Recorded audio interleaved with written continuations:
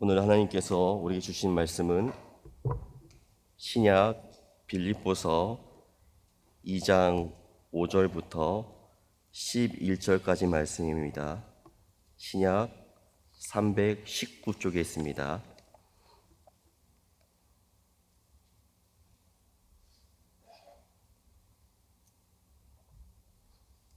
빌립보서 2장 5절부터 11절까지 저와 여러분이 한 절씩 교독하시겠습니다. 제가 먼저 5절 말씀 읽겠습니다. 너희 안에 이 마음을 품으라. 곧 그리스도 예수의 마음이니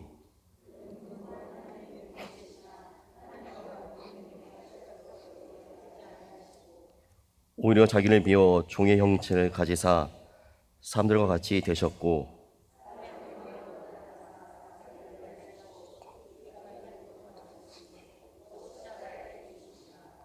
이러므로 하나님이 그를 지극히 높여 모든 이름 위에 뛰어난 이름을 주사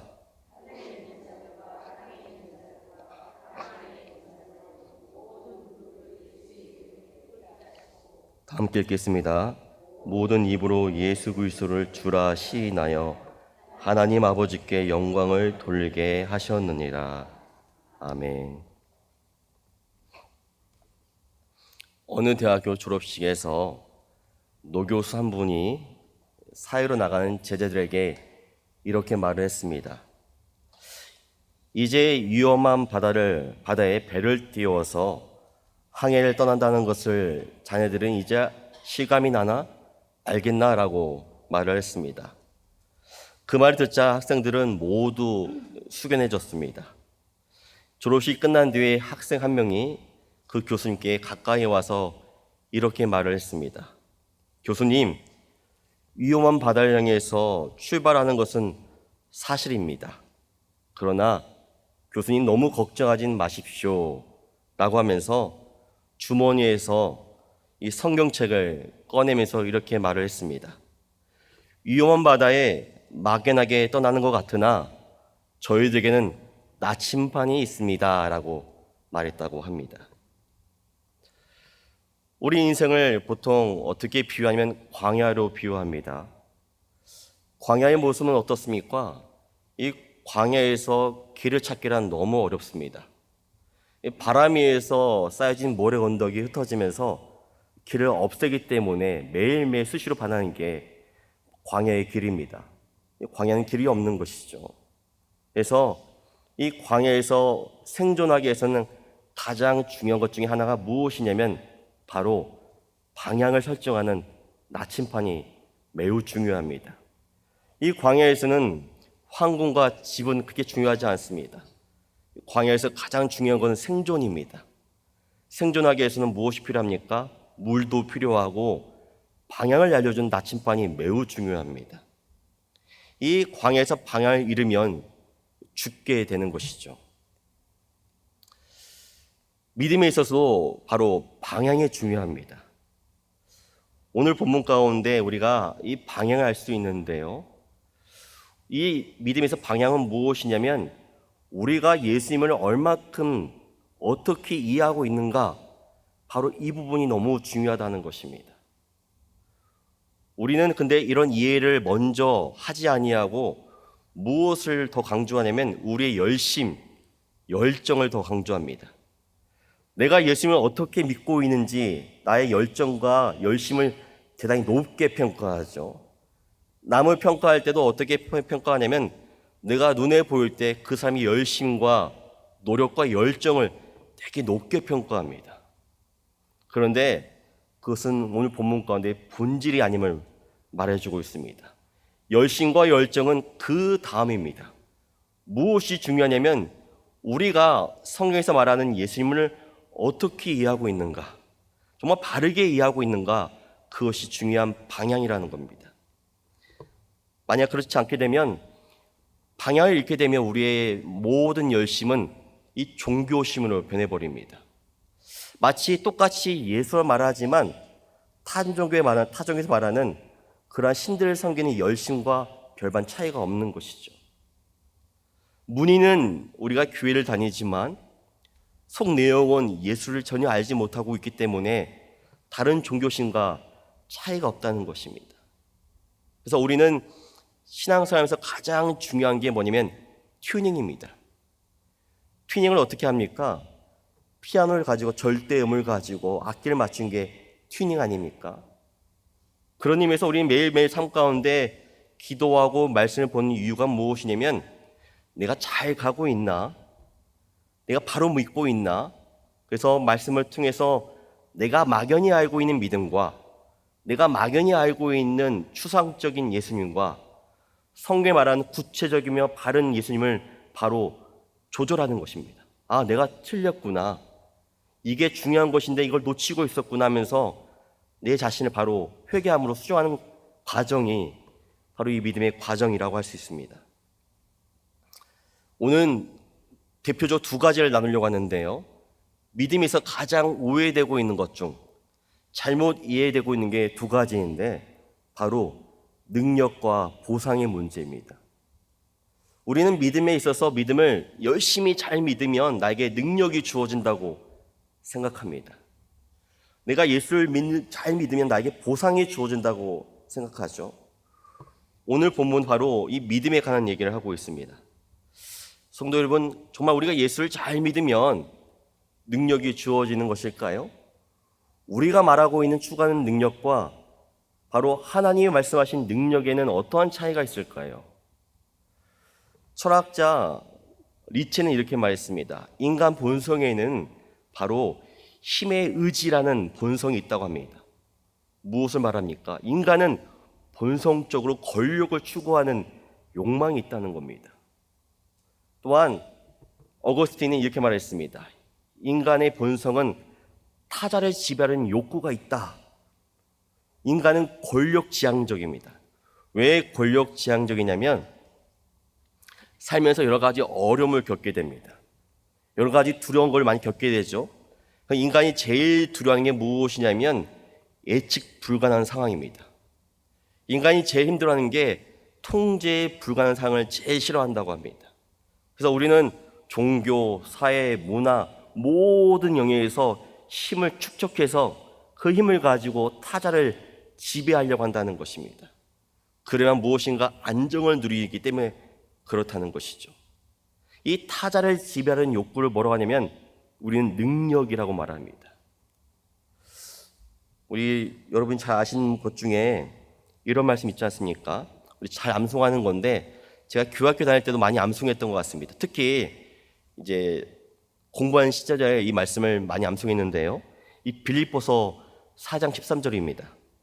내게 능력 주신 자 안에서 내가 모든 것을 할 수 있느니라.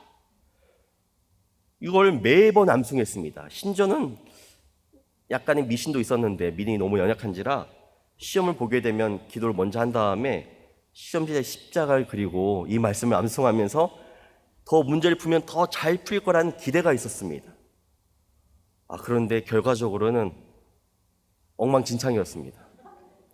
분명히 교학교에서 배울 때는 이 말씀을 암송하면 뭐든지 할 수 있다고 배웠는데 이게 안 되는 것이죠. 그래서 우리 이렇게 말하죠. 이거 거짓인가? 또 이렇게 말하면 많은 분들이 이렇게 얘기하죠. 네 믿음이 부족해서 그래. 될 때까지 기도해. 이 차이를 모르겠더라고요. 우리는 한 단면을 보여주고 있습니다.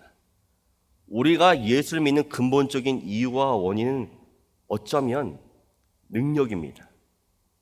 내가 예수를 잘 믿어서 꼬리가 아니라 머리가 되어야지. 내가 예수를 잘 믿어서 좀 성공해봐야지. 네 힘으로 할 수 없으니까 그 하나님이 도움이 필요해라고 하는 이 능력을 추구하는 것이죠.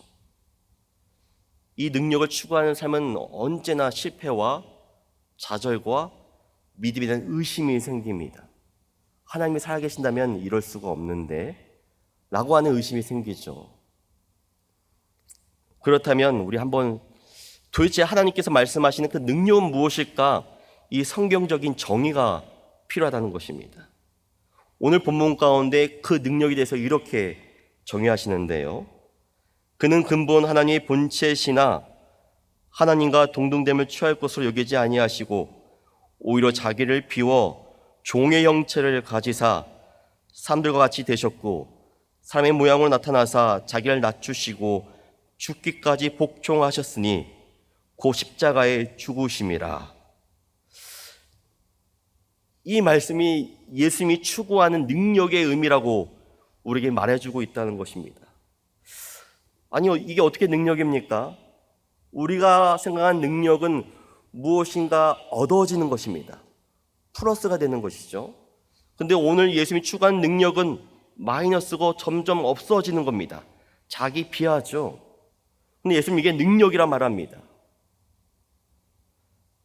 우리가 알고 있는 사도 베드로도 성령이 충만해서 예수님에 대해 설교를 할 때, 오순절 설교할 때 그 예수님에 대해 이렇게 표현합니다. 이스라엘 사람들아, 이 말을 들으라. 너희도 아는 바와 같이 하나님께서 나사렛 예수로 큰 권능과 기사 표적을 너희 가운데서 베푸사 너희 앞에서 그를 증언하셨느니라. 사도 베드로가 성령이 충만해서 오순절 설교를 하고 있는데 자신이 증거하고 온 예수를 어떻게 설명하냐면 나사렛 예수라라고 설명하고 있다는 것입니다. 이 점이 중요합니다. 나사렛, 어떤 동네입니까?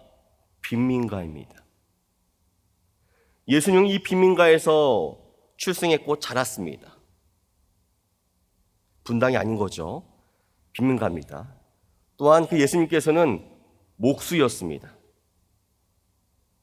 그리고 무학력자였고 무경력자였습니다. 우리가 추구한 삶의 방향과 너무 다릅니다. 우리는 좋은 곳에서 살아야 되고 경력도 많아야 되며 학력도 높아야 됩니다. 근데 왜 예수님께서는 우리가 추구하는 바와 다른 삶을 살고 있는 겁니까? 또한 왜 베드로는 성령이 충만함으로 인해서 그 예수님이 누군지 이제서야 알게 되었습니다. 그 전에 베드로는 자신이 추구했던 예수는 자기의 권력을 주는 자였습니다. 그런데 베드로는 성령 충만함으로 인해서 자신이 믿는 예수 실체를 바로 알게 된 것이죠. 이것은 무엇을 말할까요? 예수님이 이토록 겸손했다? 아닙니다. 기독교 윤리도 아닙니다. 복음입니다. 무엇이냐면 우리가 그토록 믿고 바라며 섬기는 그 예수님은 우리에게 능력을 주는데 그 능력은 우리의 부족함을 채워주는 얻어진 능력이 아니라 바로 철저하게 낮아짐으로 하나님께 영광 돌리며 우리를 위해서 십자가에 죽으신 그 예수님이 온전한 능력의 실체라고 말해주고 있다는 것입니다. 그래서 우리는 누구나 예수님을 바라보면 은혜를 누리게 되는 것이죠. 예수님께서는 이 능력의 실체를 이렇게 한번 정의하셨죠. 자기를 비워서 종의 형체를 가지사 사람들과 같이 되셨다. 이것이 전능의 의미라고 말하고 있다는 겁니다. 여러분, 오늘 본문의 끝에 보면 이렇게 말하죠. 모든 입으로 예수 그리스도를 주라 시인하여 하나님 아버지께 영광을 돌리게 하셨느니라. 바로 이 아버지란 단어가 너무 중요합니다. 한번 생각해 봤습니다. 하나님이 우리를 자녀 삼는 게 도움이 될까 해가 될까? 여러분 어떻습니까? 우리가 하나님 아버지의 자녀가 된다는 것은 하나님께는 큰 유익이 없는 것 같습니다. 우리의 삶은 늘 배신이요, 배반이요, 또 하나님께 실망을 주며 여전히 죄의 삶을 추구하고 있습니다. 죽을 때까지 노력하지만 별반 차이가 없어 보입니다. 그런데 하나님께서 우리에게 아버지가 되어주겠다고 약속해 준다는 겁니다. 그 아버지가 되어주시기 위해서 그 아버지의 실체를 말해주기 위해서 바로 예수님이 이 땅에 보내신 것입니다. 그 예수님이 인간의 몸을 입으시고 자라시고 그 예수님이 어떠한 분인지 친히 보여주신 것이죠. 하나님의 전능의 의미는 무엇이냐면 아버지가 되신다는 겁니다. 아버지가 되어준다는 게 너무 벅차다는 것이죠. 제가 아이들 키우고 있는데 아이들이 자주 하는 말이 뭐라냐면 잔소리 좀 그만하라고 하는 겁니다. 왜 그러냐면 이 아버지의 마음에 아이가 학교 갈 때마다 혹시나 차에 치일까봐, 또한 빨간불인데 건널까봐 어떻게 말하는 거죠. 이렇게 뭐 학교 갈 땐 천천히 걸어가라, 좌우를 살펴라, 신호등 켜지면 조금만 있다가 5초 쉬고 건너가라, 또 급하게 온 차가 있으니까 천천히 가라, 손을 들어라, 이 말을 하는 거죠. 높아심에 얘기하는데 아이들은 그만. 하나님께서 우리 성경 말씀을 통해서, 우리가 성경 말씀을 통해서 알게 되는 게 무엇입니까? 하나님의 걱정스러운 말씀을 통해서 우리에게 좋은 이 잔소리를 해주시는 것이죠. 한 가지입니다. 우리가 하나님과 아버지 된 관계로 되었기 때문에 그렇다는 것입니다. 이런 일이 있었습니다. 오래전에 성탄절을 앞두고 아르메니아에서 갑자기 대지진이 나서 9층짜리 건물이 다 무너지게 되었습니다. 이 건물 속에서 바로 이 스잔나라는 어머니와 4살난 딸이 생존하게 되었습니다. 근데 시간이 지나도 자기들 구해줄 기미가 안 보이는 겁니다. 그래서 아이가 너무 힘들어하고 이러다가는 죽을 것 같았습니다. 그러는 와중에 한 장면이 떠올랐는데, 이 엄마가 이 TV에서 이 조난당하는 사람들이 했던 그런 행위를 기억하게 되었습니다. 서로 목이 마르니까 자신의 피를 그어서, 손목에 그어서 피를 조금 먹음으로 생존했던 걸 보게 된 것이죠. 그래서 결국에는 이 엄마는 그게 떠올라서 유리조각을 찾아서 유리조각으로 팔을 그어서 그 피를 그 딸에게 먹게 한 것입니다. 결국에는 이 엄마와 딸은 구조되었습니다. 이 하나님의 전능하심은 무엇이냐면, 이 건물 구조더미에서 건져주는 게 전능이 아닙니다. 이 건물의 잔해 속에서 나와 함께 고난당하고 나를 위해서 자신의 피와 살을 나눠주는 그것이 진정한 전능이라는 겁니다. 그래서 전능의 의미는 능력의 의미가 아니라 얼마큼 사랑하는가입니다. 우리가 믿는 하나님께서는 우리의 아버지 되어주심으로 자신의 모든 것을 내어주셨습니다. 여러분, 우리가 믿는 하나님께서는 성자 하나님, 예수님을 위해서 자신의 모든 것들을 몽땅 다 내어주셨습니다. 몽땅이 중요합니다. 모든 걸 다 내어주셨습니다. 자신의 영광, 신성, 그걸 아들 예수에게 다 주었습니다. 또한 예수님께서는 그 영광을 받아서 누린 것이 아니라 일생 동안 오직 하나님 아버지께 순종하셨습니다. 심지어 죽기까지 순종하셨습니다. 철저히 이타적인 삶을 사셨습니다. 또한 우리가 믿는 성령 하나님은 어떤 분이십니까? 자기의 존재를 증명한 것이 아니라 성령 하나님의 존재와 목적은 예수님이 전하신 진리를 진리되게 하는데 목적이 있었습니다. 이걸 합쳐서 삼위일체 하나님의 공통된 특징은 딱 한 가지입니다. 철저하게 몽땅 내어주는 삶을 살았다는 것입니다. 그걸 신학적으로 어떻게 말하냐면 자기 수요적인 삶을 살았다고 말하는 것입니다. 그게 바로 뭐죠? 우리가 믿는 하느님 아버지의 본질이라는 것입니다.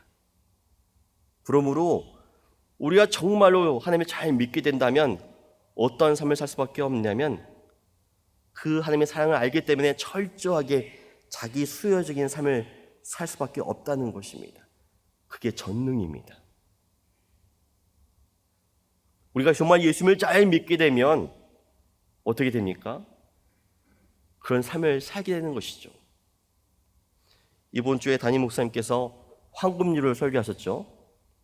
남에게 대접받고자 하는 자에게는 남을 대접하라고 얘기하셨습니다. 이것은 기독교 윤리가 아니죠. 바로 이 삼위일체 하나님의 자기 수요적인 복음의 실체를 아는 자만이 행하는 복음이라는 것입니다. 정말로 주님을 사랑하게 되면, 주님을 만나게 되면 그런 삶을 살 수밖에 없다는 것이죠. 그래서 이렇게 성경은 말합니다. 우리 주 예수 그리스도의 은혜를 너희가 알거니와 부유하신 이로써 너희를 위하여 가난하게 되심은 그의 가난함으로 말미암아 너희를 부유하게 하려 하심이라. 오늘 본문 가운데 철저히 자기 비름을, 자기가 종의 형체가 된 목적과 이유가 무엇이면 저와 여러분을 위해서, 내가 철저히 원래는 부자지만 능력을 가진 자지만 철저하게 피우겠다. 우리를 구원하기 위해서, 또 우리가 가난한 존재이지만 부유하게 살도록 했다는 것입니다. 이 말씀을 들으니 이 하나님이 있는 게 얼마나 큰 영광인지, 얼마나 큰 은혜인지를 알게 되었습니다. 그 다음으로 믿음에서 가장 오해가 된 것 중에 하나가 무엇이면 이 보상의 문제입니다. 우리 9절에 보면 이렇게 시작합니다. 이러므로 하나님이 그를 지극히 높여 모든 이름에 뛰어난 이름을 주사. 바로 이 접속사 이러므로가 우리에게 뭔가 오해되는 역할을 합니다. 이러므로 어떤 것입니까? 예수님께서 죽으시고 낮아지시고 희생하심으로 순종하심으로 말미암아 그렇게 했더니 예수님이 모든 이름 위에 뛰어난 존재가 되었다라고 하는 게 우리의 생각하는 일반적인 생각입니다. 그래서 우리는 이렇게 생각하죠. 내가 철저하게 포기하고 내가 낮아지면 영광받는 존재가 되는구나 라고 생각합니다. 마치 이런 것이죠. 너희가 섬김을 받고자 하면 섬기는 자가 되리라. 우리는 이런 말씀을 이렇게 오해합니다. 그래, 내가 섬길 자가 되면 섬김을 받겠구나. 또 하나는 자기를 낮춘 자는 높아지리라, 자기를 높이는 자는 낮아지리라 하는 이 말씀을 통해서 내가 높아지려면 낮아져야겠구나. 어디 모임에 가도 그냥 말석에 앉아야 되겠구나. 그런데 말석에 앉으면 어떻게 됩니까? 화가 납니다. 처음엔 괜찮은데 내가 있는지 모르나? 나 말석에 앉아 있는데. 그래서 나를 높여주지 않으면 되게 화가 납니다. 말씀을 알긴 알지만 철저히 자기 중심적으로 해석을 하는 것이죠. 여기서 이러므로는 그런 뜻이 아닙니다. 보상을 의미하지 않습니다. 무슨 뜻이냐면 예수님께서 이 십자가 길을 온전히 걸었는데 그 길만이 바로 하나님께 영광 돌리는 유일한 길이다 말하고 있는 것입니다. 예수님만이 길이요 진리요 생명이라 말씀하셨는데 그건 어떤 길이냐면 오직 하나님께 영광 돌리는 믿음이 무엇이냐면 보상을 바라지 않고 철저하게 죽고 순종하고 낮아지는 것. 무엇 때문에요? 내가 하나님 아버지의 사랑을 너무 깊이 알기 때문에 그게 감사해서 그 길을 따라가는 그 길만이 오직 하나님 아버지께 영광 돌린 유일한 길이라는 것을 말해주고 있는 조건으로 얘기하고 있다는 것입니다. 이걸 아는 게 너무 중요합니다. 단편적인 예가, 우리는 이런 말 참 많이 들었습니다. 예수를 잘 믿으면 만사 형통해. 예수를 잘 믿으면 만사 형통할 거야. 한번 묻고 싶습니까? 정말 그렇습니까? 예수 잘 믿으면 만사 형통합니까? 고난도 없고 아픔도 없고 질병도 없고 실패가 없을까요? 근데 우리의 많은 기도 제목들 보면 무엇입니까? 아픔이요, 실패요, 좌절이요, 고통입니다. 그럼 우리가 잘 못 믿고 있기 때문에 그런 걸까요? 아닙니다. 우리는 이런 문제 실패한 이유가 뭐냐면 내가 예수 잘 믿었는데 왜 나에게 형통이란 복이 주어지지 않는 것일까라고 하는 이 보상의 마음이 크다는 겁니다. 성경의 말씀에 보면요, 구약의 고아와 과부, 가난한 자를 향해서 선을 베풀라고 말하고 있습니다. 왜 하나님께서는 굳이 특정한 대상을 정했을까요? 고아, 과부, 가난한 자, 심지어 원수까지 용서하라고 말씀하셨습니다. 왜 그들을 향해서 선을 베풀라고 얘기했을까요? 구제와 봉사를 위해서요? 아니면 기독교 윤리니까? 마땅한 거니까? 아닙니다. 공통점 한 가지가 있는데 이들의 공통점은 우리가 선을 베풀어도 보상을 받을 수 없다는 것입니다. 그래서 출애굽기에 보면 이런 말을 하죠. 나는 너를 애굽 땅 종 되었던 집에서 인도해낸 내 하나님 여호와니라. 이 말은 무슨 말이냐면, 야, 너희들이 어떻게 구원받았냐? 애굽의 종이 아니었느냐? 그런데 내가 오직 나의 은혜로 말미암아 너희가 애굽 땅에서 출애굽하여 자유인이 되지 않았느냐? 너희는 난 너희들에게 보상을 요구한 적이 없다. 그러니 은혜로 살고 있는 너희들이 가난한 자, 고아, 가부에게 보상을 요구해서는 안 된다라는 것이죠. 근데 우리는 이 성경 말씀을 알매도 불구하고 은혜로 구원받았는데 여전히 은혜로 살고 있는데 우리는 순간순간마다 보상을 요구하게 된다는 것입니다. 그러므로 우리에게 중요한 것은 보상을 요구하는 것이 아니라 내가 어떻게 구원받았는지, 내가 받은 그 하나님 아버지 사랑이 얼마나 큰지를 늘 기억하는 것입니다. 성도 여러분, 믿음은 능력과 보상이 아닙니다. 능력과 보상은 이 세상 풍조입니다. 에베소서에 보면 이렇게 나와 있습니다. 그는 허물과 죄로 죽었던 너희를 살리셨도다. 그때 너희는 그 가운데 생하여 이 세상 풍조를 따르고 공중의 권세 잡은 자를 따랐으니 지금 불순종의 아들들 가운데서 역사하는 영이라. 이 세상은 무엇인가를 하게 되면 보상을 받으라고 얘기합니다. 보상 없이 행하는 것은 바보라고 얘기합니다. 근데 오늘 성에 분명히 말하고 있죠. 능력과 보상을 추구하는 삶은 이 세상 풍조다라고 말하고 있다는 겁니다. 불순종의 아들들 가운데 역사는 영이라고 말하고 있다는 것이죠. 우리에게 필요한 믿음은 무엇일까요? 그냥 믿음이 중요한 것이 아니라 하나님께 영광 돌리는 믿음이 중요합니다. 이 하나님께 영광 돌리는 믿음은 어떤 믿음입니까? 예수님처럼 십자가의 길을 묵묵히 걸어가는 겁니다. 능력을 추구하는 게 아니라 참된 능력은 무엇이냐면 내가 예수님처럼 종의 형체를 가지사 낮고 낮음으로 십자가의 길을 걸어가는 게 십자가의 삶이라는 것이죠. 또한 보상을 요구하는 것이 아니라 순종의 삶을 사는 것입니다. 철저히 하나님께 엎드려짐으로 말미암아 이 모든 것이 하나님의 은혜임을 알고 무릎을 꿇어 하나님께 영광 돌리며 이 모든 것이 하나님의 은혜임을 감격하고 감사하는 게 바로 하나님께 영광 돌리는 삶이라는 것입니다. 여러분, 언제 한번 하나님께 무릎을 꿇어보신 적이 있습니까? 우리가 가장 필요한 신앙의 자세가 있다면 무릎을 꿇는 것입니다. 무릎을 꿇는다는 것은 내가 정말로 초라한 죄인임을, 주님의 은혜가 아니면 살 수 없는 존재임을 기억하는 게 무릎을 꿇는 겁니다. 그게 하나님께 영광 돌리는 믿음이라는 것이죠.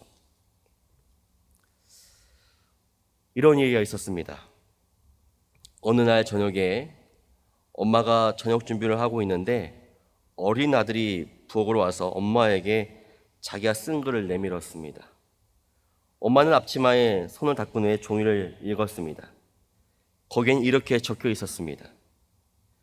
잔디 깎은 값 5달러, 이번 주에 자기 방 청소한 값 1달러, 가게 엄마 심부름 다녀온 값 3달러, 엄마가 시장 간 사이에 동생 봐준 값 2달러, 쓰레기 내다 버린 값 1달러, 숙제를 잘한 값 5달러, 마당을 청소하고 빗자루질을 잘한 값 3달러, 전부 합쳐 20달러. 이 아이는 이 청구서를 엄마한테 내밀면서 기대 찬 눈으로 바라보았습니다. 그래서 엄마는 바로 이 아이의 종이 뒷면에 연필 가지고 이렇게 적었습니다. 너를 뱃속에서 10달 동안 데리고 다닌 값 무료. 네가 아플 때 밤을 새워가며 간호하고 널 위해 기도한 값 무료. 너 때문에 지금까지 여러 해 동안 힘들어하고 눈물 흘린 값 전부 무료. 이 모든 것 말고도 너에 대한 내 사랑은 무료. 너 때문에 불안으로 지샌 수많은 밤들과 너에 대해 끊없이 염려했던 시간들도 모두 무료. 장난감, 음식, 옷, 그리고 심지어 내 코를 풀어준 것까지도 전부 무료. 이 모든 것 말고도 너에 대한 내 진정한 사랑은 무료. 아들은 엄마가 쓴 걸 다 읽고 나더니 갑자기 눈물을 뚝뚝 흘리며 엄마에게 말했습니다. 엄마, 사랑합니다. 그러더니 아들은 연필을 들어서 큰 글씨로 이렇게 썼습니다. 전부 다 지불되었음. 가슴 벅차지 않습니까? 우리가 이러한 존재가 되어가는 게 바로 진정한 믿음이라고 말하고 있습니다. 오늘 본문 가운데 예수님이 말씀하시면서 마지막에 이렇게 끝나죠. 하나님 아버지께 영광을 돌리게 하셨느니라. 이 영광이 중요한데요. 이 영광을 에베소서에는 이렇게 말합니다. 이는 그가 살아가신 자 안에서 우리에게 거저 주시는 바 그 은혜의 영광을 찬송하게 하려는 것이라. 영광의 이름이 있다고 합니다.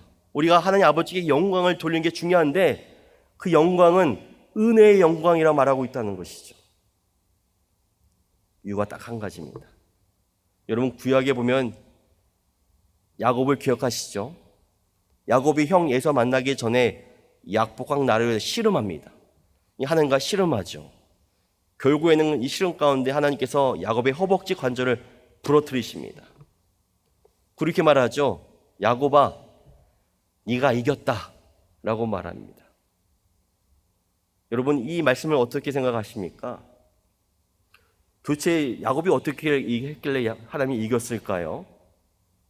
이것을 어떻게 표현할 수 있냐면 네가 이제 내 자식이다 라는 것입니다. 자식 이기는 부모 없지? 그런 의미입니다. 야곱은 철저하게 자기 중심의 삶을 살았습니다. 하나님이 있지만 그 하나님을 아버지로 인정하지 않았습니다. 자기 힘으로 살았습니다. 근데 허벅지 관절이 부러져서야 자기의 삶이 아니라 하나님을 붙잡게 된 것이죠. 하나님께서 네가 이겼다 그 말은 이놈아 자식 이기는 부모 없다. 넌 내 자식이야 라고 하는 선포하는 복음적 의미라는 겁니다. 그래서 야곱의 이름이 이스라엘로 바뀌게 되는 것이죠. 이스라엘이 12지파를 형성하게 되는 것입니다. 중요한 것은 야곱이 건강할 때는 하나님의 아버지를 믿지 않았습니다. 허벅지 관절이 부러졌는데 하나님께서는 부족하고 못난 그 야곱을 아들로 삼습니다. 무엇을 말하고 있을까요? 이게 은혜의 영광이다라는 것입니다. 우리는 여전히 실력이 부족합니다. 믿음이 부족합니다. 그래서 하나님 아버지 마음을 상하기도 하고 아프기도 합니다. 그런데 하나님께서는 이렇게 말씀하시죠. 야곱도 내가 불렀다. 너의 인생이 내 손에 있으니 실패할 수 없고 내가 너에게 은혜의 영광을 받게 할 것이다. 그게 너를 택한 나의 고귀한 목적이라고 말해주고 있다는 것입니다. 성도 여러분, 우리는 그 고귀한 자리까지 부름받고 있습니다. 구원받은 것에 만족하는 것이 아니라 구원받은 이후에 어떻게 해요? 하나님께 은혜의 영광을 돌리는 것. 내가 여전히 부족하지만 믿음이 연약하지만 몸도 아프지만 만약에 실패투성이지만 무릎을 꿇어서 하나님께 찬양하며 이 모든 게 은혜입니다 고백할 때 그게 은혜의 영광이 된다는 것이죠. 그게 바로 하나님께 영광 돌리는 믿음이라는 것입니다. 바라기는 오늘 말씀을 통해서 나의 믿음은 어떤 것인가? 진정 능력과 보상에 바라는 그 문제에 빠져 있는 것은 아닐까? 하나님께 영광 돌리는 믿음으로 거듭나길 간절히 바랍니다. 함께 기도하시겠습니다. 하늘에 계신 우리 아버지여, 이름이 거룩히 여김을 받으시오며 나라에 임하옵시며 뜻이 하늘에서 이룬 것 같이 땅에서 이루어지이다.